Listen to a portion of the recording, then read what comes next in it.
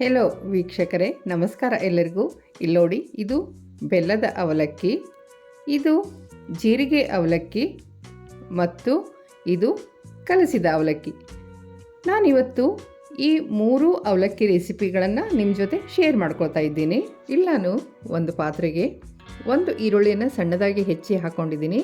ಹಾಗೆ ಅದಕ್ಕೆ ಅರ್ಧ ಬಟ್ಟಲು ತೆಂಗಿನ ತುರಿ, ಒಂದು ಚೂರು ಮೆಣಸಿನ ಪುಡಿ, ಒಂದು ಅರ್ಧ ಚಮಚ ಜೀರಿಗೆ ಪುಡಿ, ರುಚಿಗೆ ತಕ್ಕಷ್ಟು ಉಪ್ಪು ಮತ್ತು ರುಚಿಗೆ ತಕ್ಕಷ್ಟು ಬೆಲ್ಲವನ್ನು ಹಾಕ್ಕೊಂಡಿದ್ದೀನಿ. ಇದಿಷ್ಟನ್ನು ಹಾಕ್ಕೊಂಡು ನಾವು ಇದನ್ನು ಚೆನ್ನಾಗಿ ಕಲಿಸ್ಕೋಬೇಕು. ನಾನು ಈ 3 ರೆಸಿಪಿಗೆ ಪೇಪರ್ ಅವಲಕ್ಕಿಯನ್ನು ಬಳಸಿದ್ದೇನೆ. ಹೆಲೋ ವೀಕ್ಷಕರೇ, ನಮಸ್ಕಾರ ಎಲ್ಲರಿಗೂ. Welcome to my channel. ಇಲ್ಲಿ ನೋಡಿ, ನಾನೀಗ ಇದಕ್ಕೆ ಕ್ಲೀನ್ ಮಾಡಿ ಇಟ್ಕೊಂಡಂತಹ ಅವಲಕ್ಕಿಯನ್ನು ಸೇರಿಸ್ತಾ ಇದ್ದೀನಿ. ಇದು ನೀವು ಮನೆಗೆ ಯಾರಾದರೂ ಗೆಸ್ಟ್ ಬಂದಾಗ 2 ನಿಮಿಷದಲ್ಲಿ ತಯಾರಿ ಮಾಡಿಬಿಡ್ಬೋದು. ಇದು ತಿನ್ನಲಿಕ್ಕೂ ಕೂಡ ತುಂಬ ಚೆನ್ನಾಗಿರುತ್ತೆ. ಇಲ್ಲಿ ನೋಡಿ, ಹೀಗೆ ಅವಲಕ್ಕಿಯನ್ನು ಹಾಕಿ ನಾನು ಕಲಿಸ್ತಾ ಇದ್ದೀನಿ. ನೋಡಿ, ಇದು ನಮ್ಮ ಕಲಸಿದ ಅವಲಕ್ಕಿ ರೆಡಿ ಆಯಿತು. ಇದಕ್ಕೆ ನೀವು ಜೊತೆಯಲ್ಲಿ ಸೇವ್ ಹಾಕ್ಕೊಂಡು ತಿಂದರೂ ತುಂಬ ಚೆನ್ನಾಗಿರುತ್ತೆ. ಈಗ ನಾನು ಜೀರಿಗೆ ಅವಲಕ್ಕಿ ಮಾಡಲಿಕ್ಕೆ ಒಲೆ ಮೇಲೆ ಒಂದು ಬಾಣಲೆಯನ್ನು ಇಟ್ಕೊಂಡು ಅದಕ್ಕೆ ಸ್ವಲ್ಪ ಎಣ್ಣೆಯನ್ನು ಹಾಕ್ಕೊಂಡು ಅದಕ್ಕಾದ ನಂತರ ಅದಕ್ಕೆ ಜೀರಿಗೆ ಮತ್ತು ಸಾಸಿವೆಯನ್ನು ಹಾಕ್ತಾ ಇದ್ದೀನಿ. ಇದಕ್ಕೆ ಜೀರಿಗೆ ಅವಶ್ಯಕವಾಗಿ ಹಾಕಿ ಈಗ ಅದಕ್ಕೆ ನಾನು ಹಸಿಮೆಣಸಿನಕಾಯಿ ಮತ್ತು ಕರಿಬೇವನ್ನು ಸೇರಿಸ್ತಾ ಇದ್ದೇನೆ. ಹಸಿಮೆಣಸಿನಕಾಯಿ ಬಣ್ಣ ಒಂದು ಚೂರು ಚೇಂಜ್ ಆಗಬೇಕು.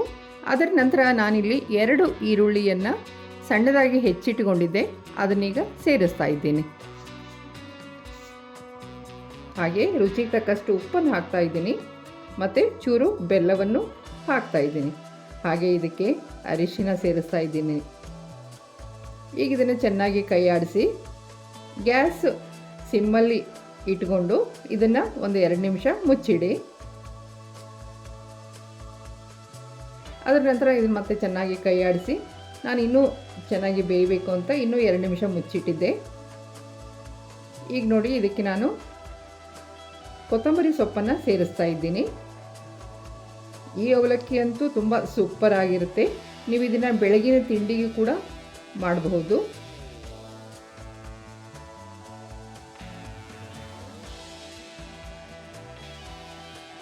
ಈ ಮಸಾಲೆ ಒಂದು ಸ್ವಲ್ಪ ಚೆನ್ನಾಗಿ ಬೇಯಬೇಕು, ಆವಾಗ ಇದರ ಟೇಸ್ಟ್ ತುಂಬ ಚೆನ್ನಾಗಿ ಬರುತ್ತೆ. ಈಗ ಇದಕ್ಕೆ ನಾನು ಒಂದು ಅರ್ಧ ಬಟ್ಟಲು ತೆಂಗಿನ ತುರಿಯನ್ನು ಸೇರಿಸಿ ಗ್ಯಾಸ್ ಆಫ್ ಮಾಡ್ತೇನೆ. ಇದು ಸ್ವಲ್ಪ ತಣ್ಣಗಾಗಬೇಕು. ಈ ಮಸಾಲೆ ಎಲ್ಲ ತಣ್ಣಗಾದ ನಂತರ ಇದಕ್ಕೆ ಪೇಪರ್ ಅವಲಕ್ಕಿಯನ್ನು ಸೇರಿಸಿ ಕಲಿಸಬೇಕು. ಈ ಅವಲಕ್ಕಿ ಕೂಡ ನೀವು 5 ನಿಮಿಷದಲ್ಲಿ ರೆಡಿ ಮಾಡಬಹುದು. ಇದಕ್ಕೆ ಕಾಯಿ ತುರಿ ಅವಶ್ಯಕವಾಗಿ ಹಾಕಿ, ಅದರಿಂದನೇ ಇದರ ಟೇಸ್ಟು ತುಂಬ ಚೆನ್ನಾಗಿ ಬರುತ್ತೆ. ಹೀಗೆ ಇದನ್ನು ಮೇಲ್ಮೇಲೇ ಕೈಯಿಂದ ಚೆನ್ನಾಗಿ ಕಲಸಿದರೆ ನಮ್ಮ ಹಚ್ಚಿದ ಅವಲಕ್ಕಿ ರೆಡಿಯಾಗಿದೆ. ಈಗ ನಾನಿದು ಬೆಲ್ಲದ ಅವಲಕ್ಕಿ ಮಾಡಲಿಕ್ಕೆ ಒಂದು ಪಾತ್ರೆಗೆ ಒಂದು ಅರ್ಧ ಬಟ್ಟಲು ಬೆಲ್ಲದ ಪುಡಿಯನ್ನು ಹಾಕ್ಕೊಂಡಿದ್ದೇನೆ. ಹಾಗೆ ಫ್ರೆಶ್ ಆಗಿರುವಂತಹ ಒಂದು ಅರ್ಧ ಬಟ್ಟಲು ಕಾಯಿ ತುರಿಯನ್ನು ಹಾಕ್ಕೊಂಡಿದ್ದೇನೆ. ಬೆಲ್ಲ ತುಂಬ ಚೆನ್ನಾಗಿ ನುಣ್ಣಗೆ ಪುಡಿ ಆಗಬೇಕು, ಹಾಗಿದ್ರೆ ಇದರ ಟೇಸ್ಟ್ ತುಂಬ ಚೆನ್ನಾಗಿರುತ್ತೆ. ಈ ಅವಲಕ್ಕಿನೂ ತುಂಬ ಚೆನ್ನಾಗಿರುತ್ತೆ ತಿನ್ನಲಿಕ್ಕೆ. ಈಗ ನಾನಿದಕ್ಕೆ ಕ್ಲೀನ್ ಮಾಡಿ ಇಟ್ಕೊಂಡಂತಹ ಪೇಪರ್ ಅವಲಕ್ಕಿಯನ್ನು ಸೇರಿಸ್ತಾ ಇದ್ದೀನಿ. ಇದನ್ನು ನೀವು ಮೇಲ್ಮೇಲೇ ಕಲಿಸ್ಬೇಕು, ತುಂಬ ಪ್ರೆಸ್ ಮಾಡಿ ಕಲಿಸೋ ಅವಶ್ಯಕತೆ ಇಲ್ಲ. ಹೀಗೆ ಕಲಿಸಿದ ನಂತರ ಇದಕ್ಕೆ ನಾನು ತುಪ್ಪದಲ್ಲಿ ಹುರಿದಂತಹ ಗೋಡಂಬಿ ಬೀಜಗಳನ್ನು ಸೇರಿಸ್ತಾ ಇದ್ದೀನಿ.